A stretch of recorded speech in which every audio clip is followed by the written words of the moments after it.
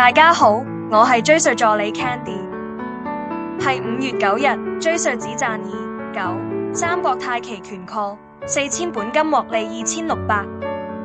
打開2.9.3圖表，平均線設定為6、18、89，先係最低位橫行區畫一條平行線，你會發現有陽燭破位，呢個就係買入信號啦。追稅就係呢個位買入2.9，三國泰期權 call。根據7日法則係呢個位先行止賺，4000本金獲利2600。係5月14日，追稅只賺1.17，現礦能源期權 call 7000本金獲利11000。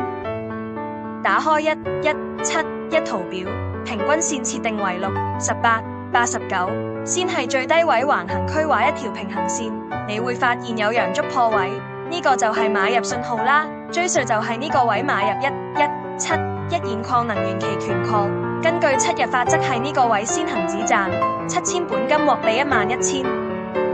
係6月11日，追稅只賺3.9，中國中鐵期權 call 8000本金獲利14500。